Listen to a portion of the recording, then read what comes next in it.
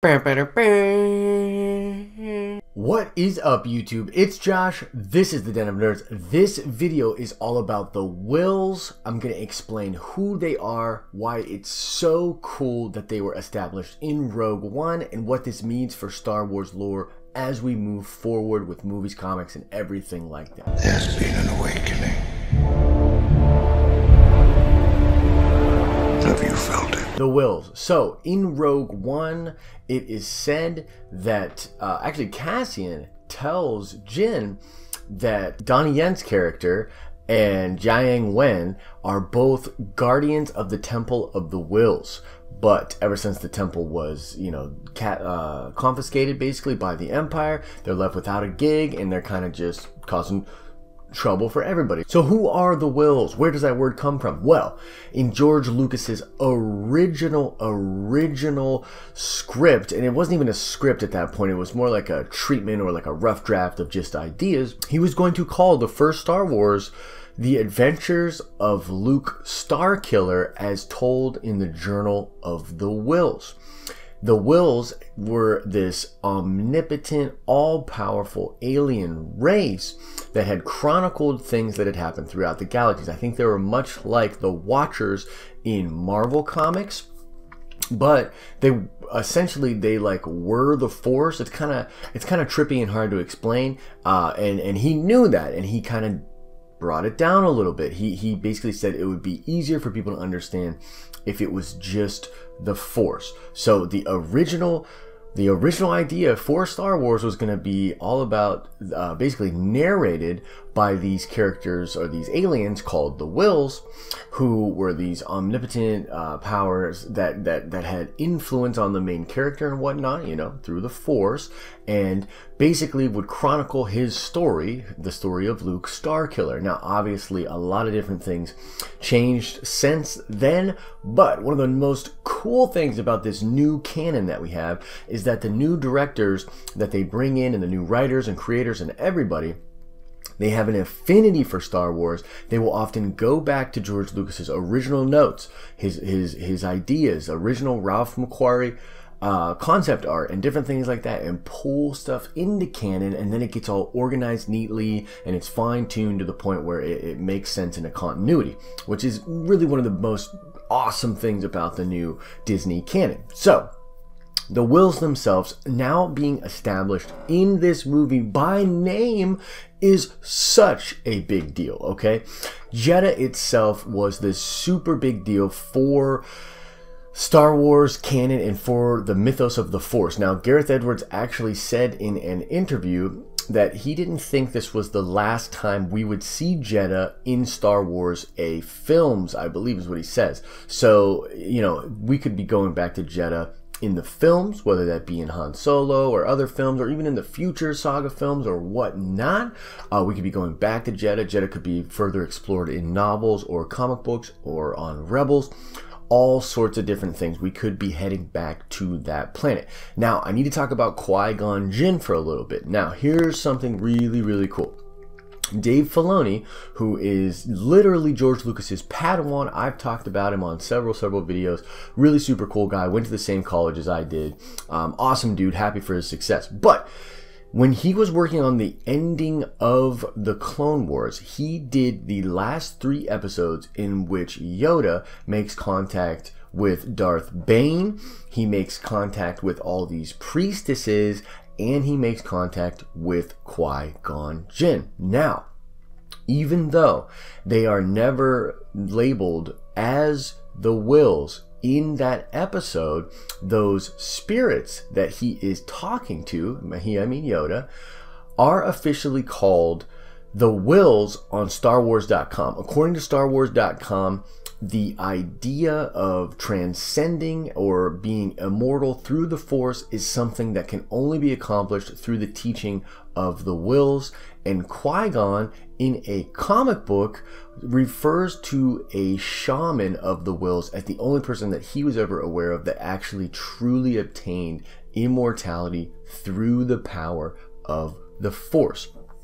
So what does this mean? Well, basically we know from Catalyst that the Jedi were aware of all sorts of planets that had kyber crystals on them or that were important to the Jedi and the Force themselves, and they were kept hidden from most of the people and the populaces around the galaxy. So I think that the Temple of Whills on Jeddah was one of those places, right? And so because Donnie Yen and his partner were there guarding it and guarding those crystals, we can only assume that there were not just crystals there, but possibly holocrons, possibly old records, and even possibly journals of the Whills. Incredibly valuable information. So when Donnie Yen is asking Boss about the whole city, whether the whole city got destroyed, I'm sure he's really in the back of his head thinking about all of the Jedi and the Whills artifacts that were in that city and perhaps underneath it in the deeper layers of the temple. Also probably an interesting reason, you know, for Sidious, Palpatine, to test that weapon on that system, right? Very cool stuff. You could see kind of these cogs kind of being played around in the background of the movie. But it's officially established in canon the Whills exist. We don't know if in new canon they are aliens or not. They could be humanoids. Either case, it doesn't really matter. It's cool that they're there.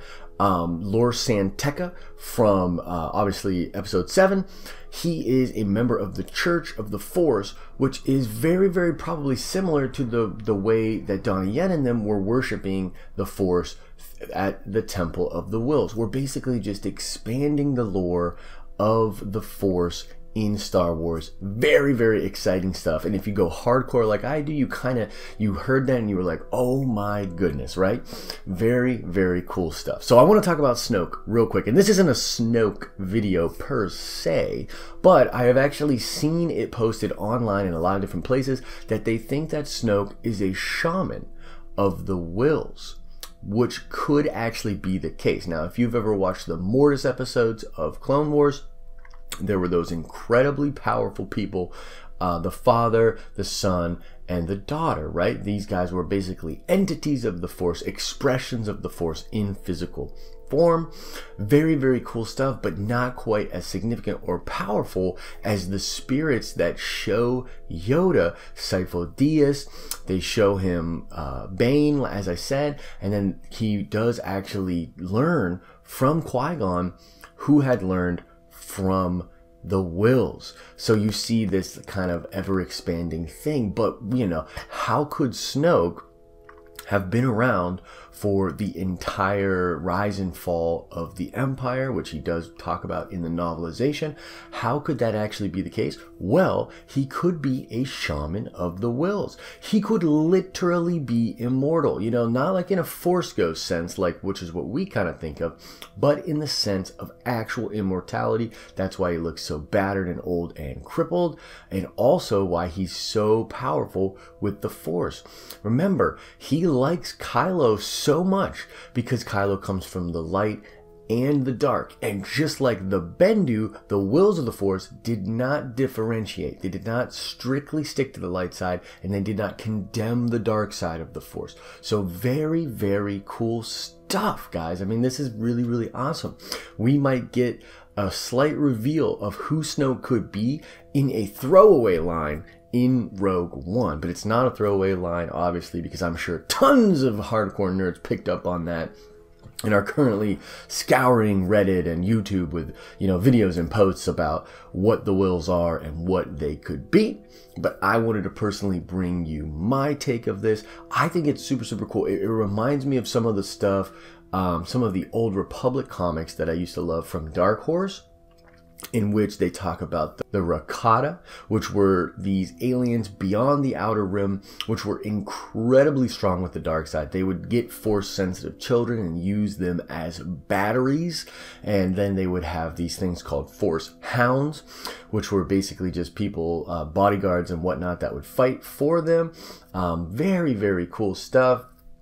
I remember there was this weird planet where all the Force-sensitive people went out to a pilgrimage and became Jedi, but you know, they were Jedi and not Jedi. Kind of reminds me of Jedha and the distinctions there. So you can kind of see this cyclical repeating of some of the mythos that was starting to be established in expanded universe and now being brought into canon by writers and directors who love Star Wars and who are very aware of its history and the deep levels of its lore that were floating around in George Lucas's head in you know, the 1960s, 1970s as he was writing all this stuff.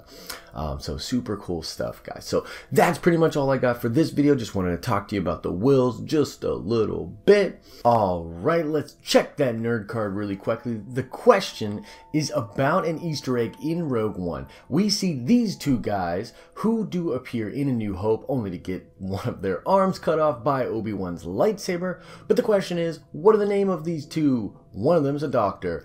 Answer that question in the comment section below. Like the video if you thought it was cool. Subscribe to the channel to get all sorts of more nerdy, awesome content. And I promise you, there's more comic stuff coming. There's more Marvel, DC stuff coming. I've just got Star Wars on the brain, so I can't stop doing Star Wars videos. Also, get at me on the Snapchat. Add the Den of Nerds on Snapchat. You can directly interact with me there. It's pretty cool. I post little tidbits of information on that. Oh, and click up here if you want to get my review of Rogue One and where I think it falls in a line of the whole Star Wars library. And click down here if you want to get my before and after thoughts.